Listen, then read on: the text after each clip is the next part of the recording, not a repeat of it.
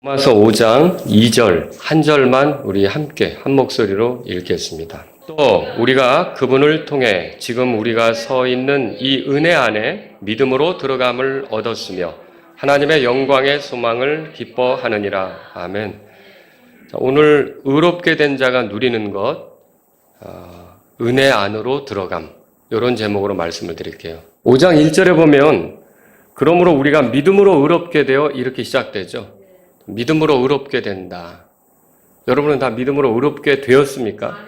자, 여기서 의롭게 된다는 말은 하나님께서 의롭다고 인정해 주는 걸 얘기하는 거예요. 내가 의로운 자다 스스로 얘기하는 건 소용없습니다. 또 목사님이 저 사람은 의로운 자다 이렇게 말해주는 것도 소용없습니다. 누군가가 저 사람 틀림없이 의로운 사람이야 이렇게 말해주는 것도 소용없습니다. 하나님께서 의롭다 이렇게 말해주는 것을 여기서는 의롭게 되어 이렇게 말하고 있어요. 이거를 얻는데 믿음으로 그렇게 된다는 거예요. 그러니까 믿으면 우리의 의가 아닌 하나님의 의를 우리에게 주심으로 그 의를 가질 때 하나님께서 우리를 의롭게 봐주시는 거고 여겨주시는 거고 의롭다고 선언하시는 게 된단 말이죠. 자, 이렇게 될 때 사람들에겐 여러 가지 변화가 나타나죠. 놀라운 일들이 일어난단 말이에요. 여러분과 제가 그걸 알아두는 게 필요합니다. 여러분은 믿음으로 의롭다함을 얻었습니까? 그러면 내가 어떤 삶을 살게 될 건지 알아두는 게 필요하잖아요. 자, 그런데 그 중에 제일 중요한 게 뭐냐면 하나님과의 화평을 누리게 된다는 거예요. 그래서 1절 우리 다 같이 읽겠습니다. 그러므로 우리가 믿음으로 의롭게 되어 우리 주 예수 그리스도를 통해 하나님과의 화평을 누리는도다. 우리가 지난 시간에 살펴본 게 이거였어요. 하나님을 대적했던 죄인, 하나님 앞에서 원수 노릇을 했던 죄인, 하나님의 심판 대상이었던 죄인이 하나님과의 화평을 이루게 되는 거예요. 그러면 그렇게 된 사람에게는 하나님이 진노하시겠습니까? 그 사람에게 하나님이 죄에 대한 형벌을 쏟아내시겠습니까? 그 사람을 하나님이 괴롭히시려고 하겠냐는 거죠. 하나님과의 화평이 제일 중요한 거예요. 저와 여러분들이 구원받았다면 나타나는 일이 이제는 하나님을 대하는 게 불편하지 않습니다. 하나님을 대하는 게 좋은 거죠. 여러분 예배드리러 오는 게 억지로 오는 겁니까? 그분에게 내가 원해서 오는 겁니까? 이게 원수였을 때는 누가 가자 그래도 싫습니다. 한번 가서 예배드리자고 해도 귀찮은 거죠. 하지만 정말로 구원받고 나면 하나님과의 화평이 이루어졌기 때문에 그분을 만나는데 꺼리낄 필요가 없는 겁니다. 그냥 그분을 만나는 게 즐거운 일이죠. 그분을 만나지 않는 게, 그분께 경배하지 않는 게 오히려 더 이상한 겁니다. 여러분은 어떻습니까? 하나님께 나오는 게 즐거운 일 중에 하나입니까? 내가 감히 하나님께 나올 수 있다. 내가 하나님께 감히 경배드릴 수 있다. 이 같은 사실로 인해 여러분에게는 하나님께 감사가 있느냐는 거죠. 이게 의롭게 된 사람의 특징이라는 것이죠. 이게 의롭게 된 사람이 누리는 거예요. 그리고 오늘 지난 시간에 이어서 우리가 두 번째 거를 살펴보려고 해요. 믿음으로 의롭게 된 사람에게 일어나는 또 다른 일은 뭔가? 여러분 이거 알고 싶죠? 자, 이건 뭐냐면 2절을 다 같이 읽겠습니다. 읽습니다. 또 우리가 그분을 통해 지금 우리가 서 있는 이 은혜 안에 믿음으로 들어감을 얻었으며 하나님의 영광의 소망을 기뻐하느니. 자, 여기 은혜 안에 믿음으로 들어간다고 돼 있어요. 그러니까 은혜 안으로 들어가는 거예요. 그 다음에 또 우리가 서 있는 이 은혜라는 말도 있어요. 그러니까 무슨 말이냐면 우리가 하나님 앞에서 믿음으로 의롭게 되었다면 은혜 안으로 들어가서 서 있게 된다는 거예요. 이게 굉장히 중요한 겁니다. 이게 어떤 의미인가를 여러분이 이제 저하고 이 시간 이해하는 게 오늘 설교의 목적이에요. 그래서 이것을 이해하기 위해서 우리가 2절에 나온 몇 가지 표현, 중요한 표현, 이것을 함께 살펴보려고 해요. 크게 세 가지 표현이 있는데 첫 번째는 뭐냐면 2절에 보시면 또 우리가 그분을 통해 지금 우리가 서 있는 이 은혜 안에 믿음으로 뭐라고 돼 있어요? 들어감이란 말이 있죠. 요걸 살펴보자는 거예요. 이 들어감이라는 단어는 뭐냐면 접근한다. 자유롭게 접근한다. 그런 뜻이 있어요. 이 영어 성경에 보면 그런 의미를 가지고 있죠. 그래서 과거에는 자유롭게 접근할 수가 없었어요. 뭔가 장애물이 있었어요. 그런데 그런 것들이 다 제거되고 자유롭게 접근할 수 있게 된 게 들어감이라는 거예요. 이걸 어떻게 표현할 수 있을까요? 여러분이 요즘에는 좋아져서 직접 은행에 안 가도 되죠. 돈을 보내려고 할 때. 근데 어르신들은 여전히 도장, 통장 이거 가지고 은행에 갈 수 있을 겁니다. 그러나 요즘 젊은 사람들은 다 어때요? 이거 스마트폰 가지고 다 하잖아요. 저도 처음엔 못했어요. 근데 이게 스마트폰이 들어오니까 이걸 하더라고요. 그리고 은행에 안 가니까 얼마나 편한지 모르겠어요. 그런데 만약 이걸 하다가 비밀번호를 예를 들어서 까먹었다. 비밀번호 입력이 오류가 됐다. 이게 어떻게 되겠습니까? 또 컴퓨터를 켜놓고 내가 송금을 하려고 하나은행 사이트에 들어가려고 하는데 하나은행 선전하는 거 아닙니다. 그런데 그 사이트에 들어가려고 하는데 비밀번호 오류가 5번 나면 그 사이트 안에 들어가서 아무 일도 못하는 거예요. 내 계좌에 돈이 얼마가 있는지 확인할 수도 없고 어디로 보내는 것도 할 수가 없고 아무것도 못하는 거죠. 자, 그렇게 될 때는 어떻게 합니까? 내가 비밀번호를 까먹었잖아요. 그 비밀번호를 해결하기 위해서 은행으로 다시 찾아가야 되겠죠. 그리고 은행에 가서 비밀번호 설정을 다시 해야 되겠죠. 그래서 비밀번호를 알았어요. 그리고 비밀번호 알면 어때요? 내가 집으로 돌아와서 컴퓨터를 켜놓고 이제 사이트에 접속할 때 알게 된 비밀번호를 다시 입력하면 됩니다. 그러면 어떻게 됩니까? 그게 화면이 바뀌면서 은행 사이트로 들어가는 거예요. 그 안에서 내가 계좌에 얼마 있는지, 내 계좌가 몇 개인지, 또 내가 어디로 돈을 보내려고 할 때 그런 시도들을 자유롭게 할 수 있게 되는 거죠. 이렇게 뭔가 차단되어 있던 그런 상태를 뛰어넘고 내가 그 안에 있는 것들을 들어가 누리게 되는 거 있죠. 그거를 오늘 로마서 5장 2절에선 들어감 이렇게 표현한 거예요.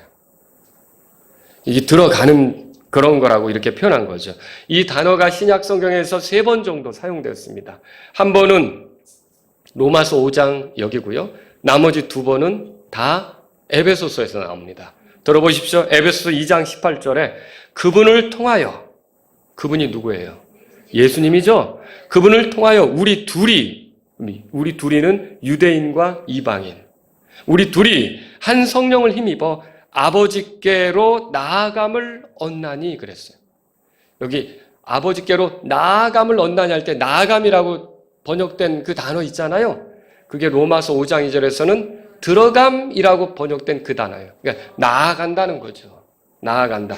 그런데 여러분 우리가 아버지께 나아감을 얻었다는 말이 뭐예요? 아버지께로 들어가서 아버지가 우리에게 주시려고 하는 좋은 것들을 향유할 수 있다. 누릴 수 있다. 그것이 우리 것이 되게 할 수 있다라고 하는 건데 그거는 그분을 통하여 예수 그리스도를 통하여 그 나아감이 가능하다. 그 들어감이 가능하다. 이걸 성경을 통해서 보는 거죠. 또 에베소서 3장 12절에 이렇게 써 있습니다. 그리스도 안에서 우리가 그분의 믿음을 통해 담대함을 가지고 또 확신 있게 나아감을 얻느니라 그랬어요. 역시 하나님께 나아가는 건데요. 하나님께 속한 것들 이것저것 하나님이 믿는 사람들에게 준비한 것들 있지 않습니까?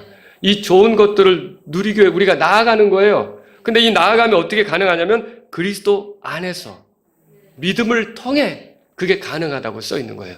그러니까 믿는 사람들은 예수 그리스도 안에서 하나님께 접근이 언제든지 허락이 되는 거예요. 하나님께 나아가는 것이 언제든지 허락이 되는 거죠. 마치 뭐 같으냐면요. 비밀번호를 알고 있는 것과 같은 거예요.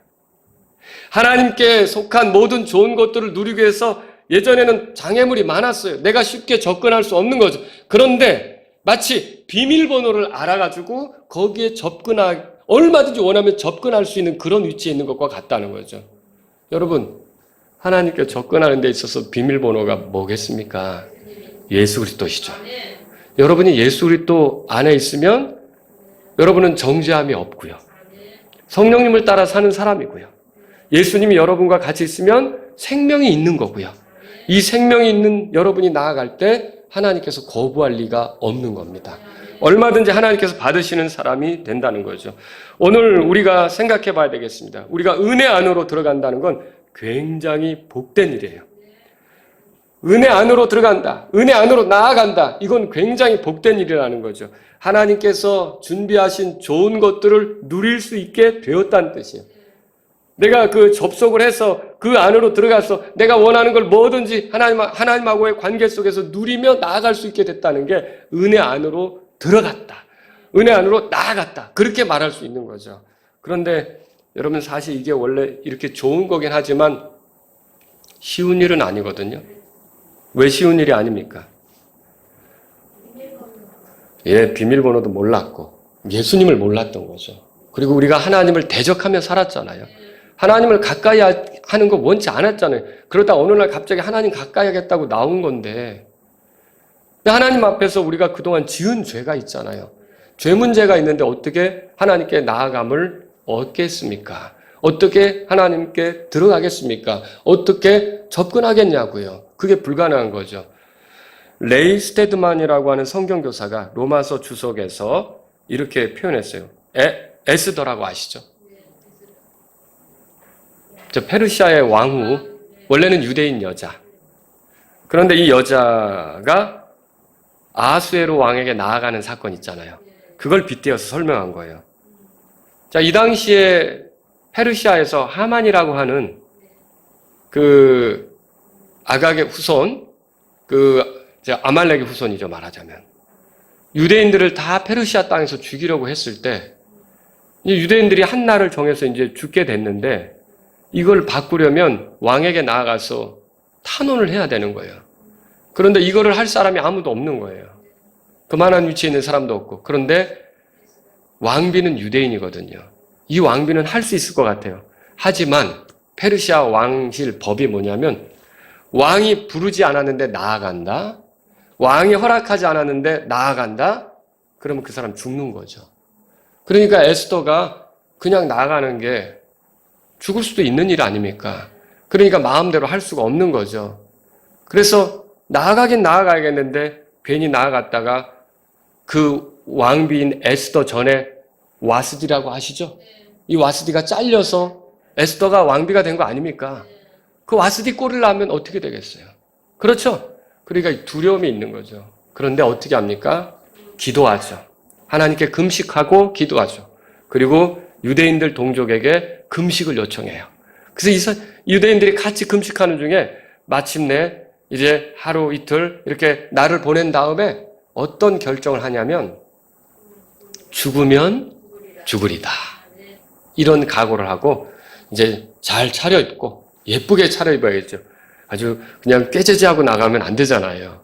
최고로 이쁘게 하고 왕 앞으로 이제 모습을 드러낸 거야.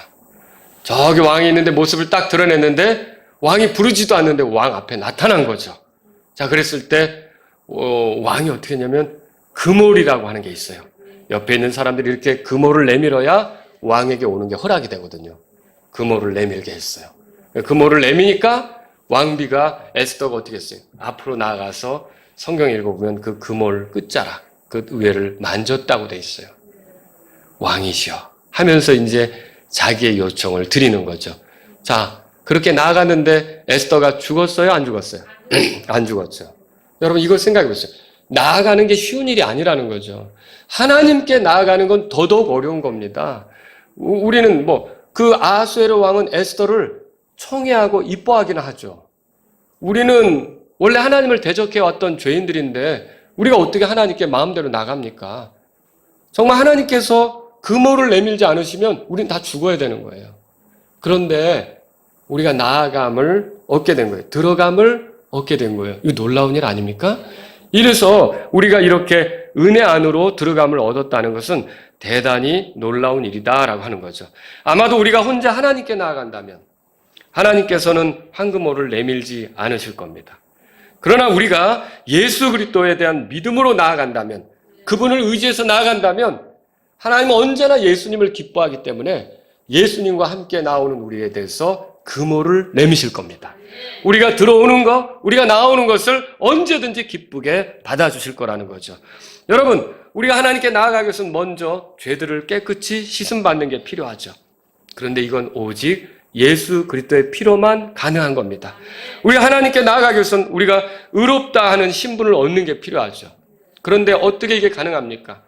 우리가 그리스도를 의지할 때 그리스도의 의가 우리 것이 되어서 하나님 앞에 의로운 자로 여겨지게 된다는 거죠. 그리고 누군가의 안내를 받아야 되는데, 여러분 대통령 만나러 가는 것도 대통령 나 한번 만나라 이런 식으로 가는 거 아니에요. 접견 신청도 해야 되고 비서실에서 통보 와야 되고, 그리고 대통령 만나러 들어갔다고 해서 어딨지? 내가 마음대로 찾아다니는 것도 아니에요. 가면 기다리고 있다가 안내하는 사람이 와서 이쪽으로 오시죠. 이제 시간 됐습니다. 대통령께서 만나주실 시간이니까 따라오십시오. 그 안내자를 따라가야 되는 거죠. 거기 가기 전에도 많은 걸 조사받겠죠. 뭐 몸도 체크하고 여러 가지 하겠죠. 폭탄 가지고 대통령 만날 수는 없잖아요. 그렇지 않습니까? 그런 게 쉬운 게 아니란 말이죠. 그런데 우리 하나님 만나는 거, 우리 하나님께 나아가는 건 얼마나 더더욱 어려운 일입니까? 근데 우리에게는 안내자가 계세요. 누가 우리의 안내자입니까? 예수님이시죠. 하나님과 우리 사이의 유일한 중재자 예수님이 우리의 안내자가 되는 거예요. 그래서 베드로전서 3장을 펴보세요. 베드로전서 3장. 우리를 하나님께로 데려가시는 분은 바로 예수님이시다. 자, 3장 18절입니다. 18절. 같이 읽겠습니다. 그리스도께서 죄들로 인하여 한 번 고난을 받으사 의로운 자로서 불의한 자를 대신하셨으니 이것은 그분께서 육체 안에서 죽임을 당하셨으되 성령으로 말미암아 살아나셔서 우리를 하나님께로 데려가려 하심이라. 자, 우리를 하나님께로 데려가시는 분이 누굽니까? 그러니까 예수 그리스도라고 성경에 써 있는 거죠. 저와 여러분들이 하나님께 나아가는 게 가능하다, 하나님 은혜 안으로 들어가는 게 가능하다, 이거는 예수님 없으면 안 되는 거예요. 우리가 얼마나 하나님이 좋은 분이고 하나님 가까이 할수록 복을 얻는다, 이걸 알아도 예수 그리스도를 의지하지 않으면 하나님께로 가까이 들어갈 수도 나아갈 수도 없다는 것을 알아야 되는 거죠. 여러분, 예수님은 죄인인 우리가 하나님께 접근해서 그분 안에 있는 좋은 것들을 누리도록 만들어주시는 분이 되십니다. 마치 온라인 계좌에 접근하려고 할 때 반드시 필요한 비밀번호 있죠. 내가 뭔가 어디에 접근해서 그 안에 있는 많은 것도 누리려고 할 때 필요한 비밀번호 있죠. 그런 것처럼 하나님의 은혜에 내가 푹 잠겨서 그분이 준비하신 좋은 것을 누리려고 할 때 비밀번호 같은 역할을 하시는 분은 예수 그리스도시라는 거죠. 여러분은 이 비밀번호를 알고 계십니까? 그러면 언제든지 들어갈 수 있어요. 언제든지 누릴 수 있어요. 그러나 이 비밀번호이신 예수님을 여러분이 아직도 모르고 있다면 먼저 예수님이 여러분의 구원자요 주님이신 것을 믿으시기 바랍니다. 두 번째로 살펴볼 단어는 2절에 보시면 로마서 5장 2절에 또 우리가 그분을 통해 지금 우리가 서 있는 뭐라고 되어 있어요? 이 은혜라고 되어 있어요. 은혜는 받을 만한 자격이 없는 자들에게 베풀어지는 호의입니다. 은혜는 끔찍한 형벌을 당할 수밖에 없는 그런 이제 완악한 자들이죠. 그렇다면 그런 자들에게 베풀어지는 호의가 은혜다, 이렇게 말할 수가 있습니다. 믿음으로 의롭게 된 사람들은 이 은혜 안으로 들어가요. 그리고 은혜 안에 서 있습니다. 그래서 5장 2절에 지금 우리가 서 있는 은혜, 이 은혜 이렇게 말하고 있어요. 그러니까 여러분이 믿음으로 의롭게 되었습니까? 그렇다면 여러분은 이 은혜 안에 얼마든지 들어오는 것이고요. 들어왔고요. 또 어떻게 됩니까? 이 은혜 안에 서 있다는 것을 여러분은 알 필요가 있어요. 구원의 은혜를 누리는 것은요, 결국 이게 우리 힘으로 안 되는 거잖아요. 이 구원이라고 하는 게 여러분 은혜로, 하나님의 은혜로 누려지는 걸 믿으십니까? 그 구원받은 삶, 그 이후 그 안에서 우리가 하나님의 인도와 긍휼과 호의와 친절과 이런 많은 것들을 누리는 것도 하나님의 은혜입니다, 여러분. 이런 것들을 우리가 누린다는 것을 알 필요가 있어요. 저와 여러분들은요, 예수님을 믿고 의롭게 되었다면 이거 아세요. 우리는 은혜 안에 서 있고요. 은혜 아래 있어요. 그러니까 은혜가 지배하는 세상에 살고 있다는 거예요. 이게 어마어마한 겁니다. 어째서 그러냐면 로마서 6장으로 가보세요. 로마서 6장. 자, 14절에 다 같이 읽겠습니다. 6장 14절. 너희가 율법 아래 있지 아니하고 은혜 아래 있으므로 죄가 너희를 지배하지 못하리라. 자, 우리에 대해서 소개하면서 율법 아래 있지 않다, 오히려 은혜 아래 있다, 이렇게 말하고 있어요. 여러분, 율법 아래 있지 않다는 말은요, 법이 지배하는 가운데 있지 않다는 뜻이에요. 율법이 지배하는 가운데 있지 않다는 뜻이에요. 자, 율법이 지배하지 않는 그런 상황이 있다면 반대로 율법이 지배할 때는 어떻게 될까요? 율법이 지배한다면요, 그 법을 어겼을 때 그 법에 어긴 것에 대한 결과로 법이 제시하는 형벌, 저주 이런 걸 받아야만 하는 거예요. 근데 우리가 그 법 아래 있지 않다, 그 말은 뭐냐면 우리가 그 법을 무시하는 건 아니에요. 그 법은 하나님의 법이에요. 그 법을 존중해야 되는 거예요. 왜냐하면 그 법, 율법은 하나님이 뭘 원하는지를 말해주고 있기 때문에. 하지만 우리는 완벽하지 못해서 그 법을 어길 수 있어요. 그러나 설령 우리가 그 법을 어긴다 해도 은혜 아래 있기 때문에, 율법 아래 있지 않기 때문에 율법은 우리를 지배할 수가 없어요. 우리를 정죄하지도 못해요. 우리를 형벌로 이끌지도 못해요. 우리에게 저주를 내리지도 못해요. 다만 우리는 은혜 아래 있어요. 은혜가 뭡니까? 자격이 안 되는 자에게 계속 베풀어지는 호인데, 여러분, 우리가 믿음으로 의롭게 되었을 때 가장 누리는 것 중에 가장 중요한 게 뭐라 그랬어요? 하나님과의 화평이라고 그랬죠. 근데 이 하나님과의 화평이 흐트러지지 않으면서 이 하나님과의 화평을 지속적으로 누리게 만들어주는 게 은혜거든요. 여러분과 제가 어떤 죄를 졌다고 해서 하나님과의 화평이 틀어지는 건 아닙니다. 하나님께 계속 나아갈 수 있습니다. 하나님께 자백할 수 있습니다. 하나님이 고쳐주시길 바라면서, 하나님이 다뤄주시길 바라면서, 하나님의 은혜를 구하면서 계속 나갈 수가 있는 거예요. 우리가 죄를 졌다고 그 순간 하나님하고 완전히 또 선이 거지고, 완전히 하나님과 남남이 되고, 완전히 하나님이 신경 쓰지 않는 존재가 되고, 완전히 하나님이 나몰라라 하는 존재가 되는 거 아니란 말이죠. 우리는 은혜 아래 있다는 걸 알아야 돼요. 이게 얼마나 귀한 일인지. 율법 아래 있지 않고 은혜 아래 있습니다.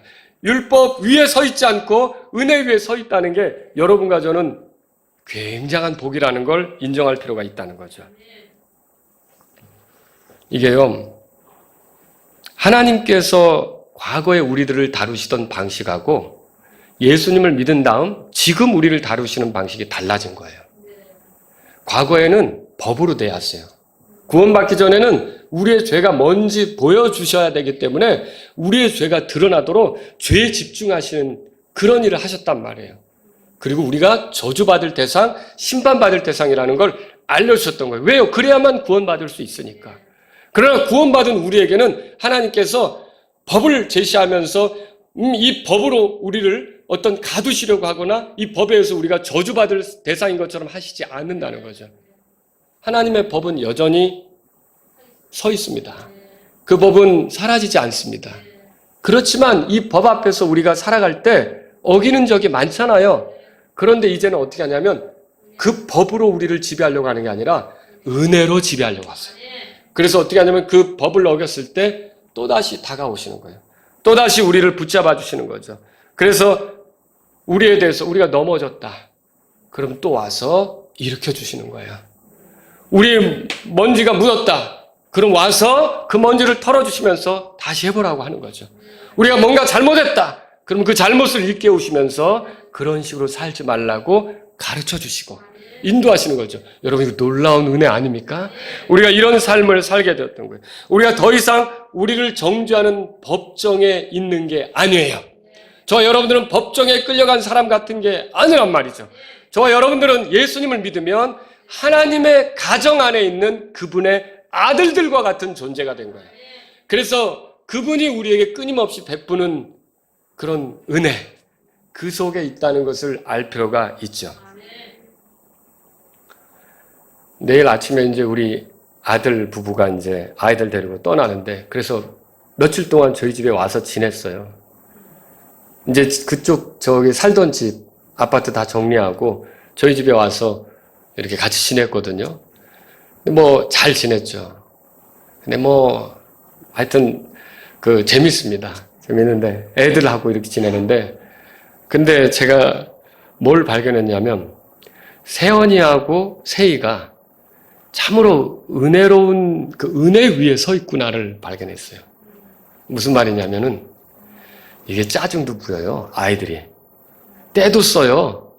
안 되면 막 뭐 이상한 동생을 세연이가 이 세희가 달려들어서 툭 치고 뒤에서 막 그러니까, 세희 너 그러면 엄마한테 너 말고 다른 동생 놔달란다? 막 이런 식으로. 너 필요 없고 다른 동생 원한다? 막 이런 식으로까지도 얘기하는 거예요, 세원이가. 그러면서 막 이렇게 하는데, 어쨌든 자기들끼리 막 또 이렇게 부딪히고 뭐 어떻게 하고 하는데, 근데 가만히 지켜보니까 아빠나 엄마가 은혜로 대하더라고요.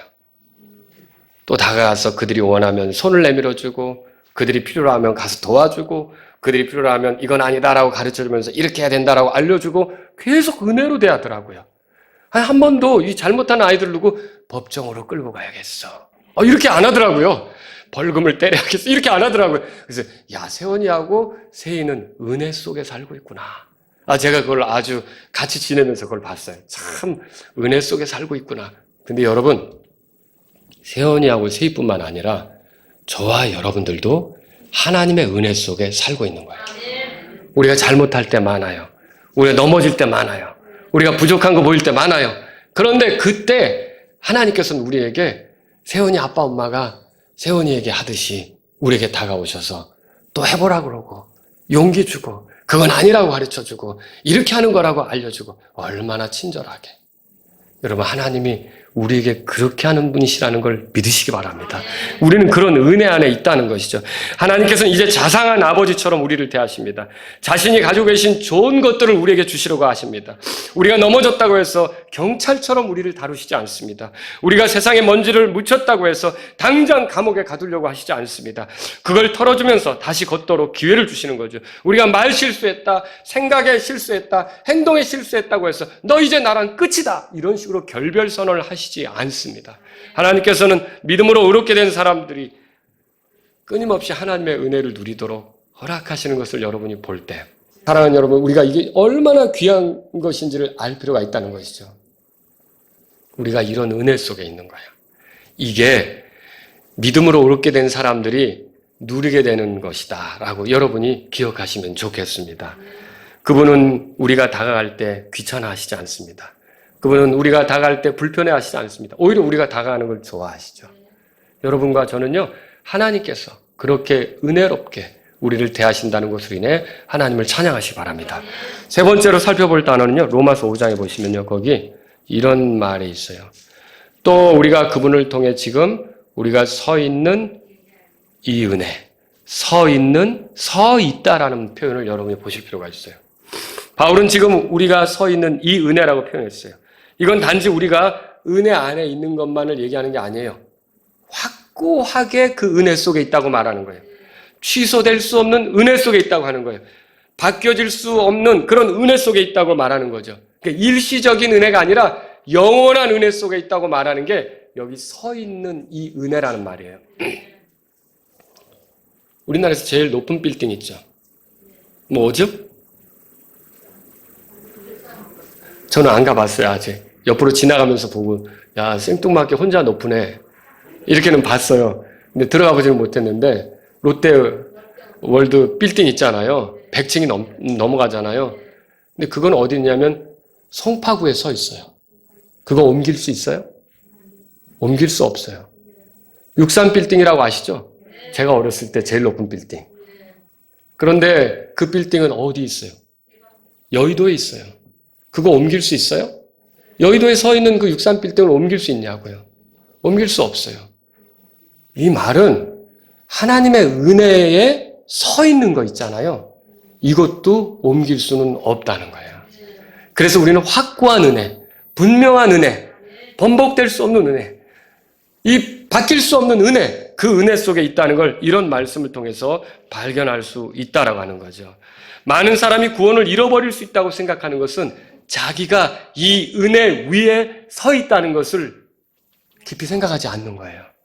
여러분과 저는 오늘 내가 이 은혜, 확고한 은혜, 옮겨질 수 없는 이 은혜에 내가 서 있다. 여러분은 그렇게 믿으시고 내 구원의 확신에 대해서 흔들릴 필요가 전혀 없는 거죠. 내가 아무리 부족해도 주님은 나에게 은혜로 대하시고, 내가 아무리 연약해도 주님은 나를 은혜로 대하시고, 내가 아무리 넘어져도 주님은 나를 은혜로 대하시고, 내가 아무리 주님의 뜻대로 살지 못하는 그 모습을 보여도 주님은 은혜로 대하시면서 나를 결국은 바로잡아 주려고 하시지 않습니까? 그렇다면 여러분의 구원에 대해서는 여러분이 확신하는 거 있잖아요. 구원의 확신. 이거를 잃어버릴 필요가 없다는 것이죠. 우리를 구원하는 것은 하나님의 은혜입니다. 우리가 그 은혜에 서 있다면 우리의 구원은 확고한 것입니다.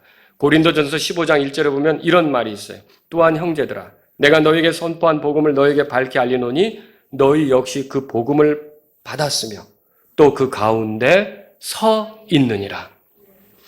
성도들은요, 복음 가운데 서 있는 거예요.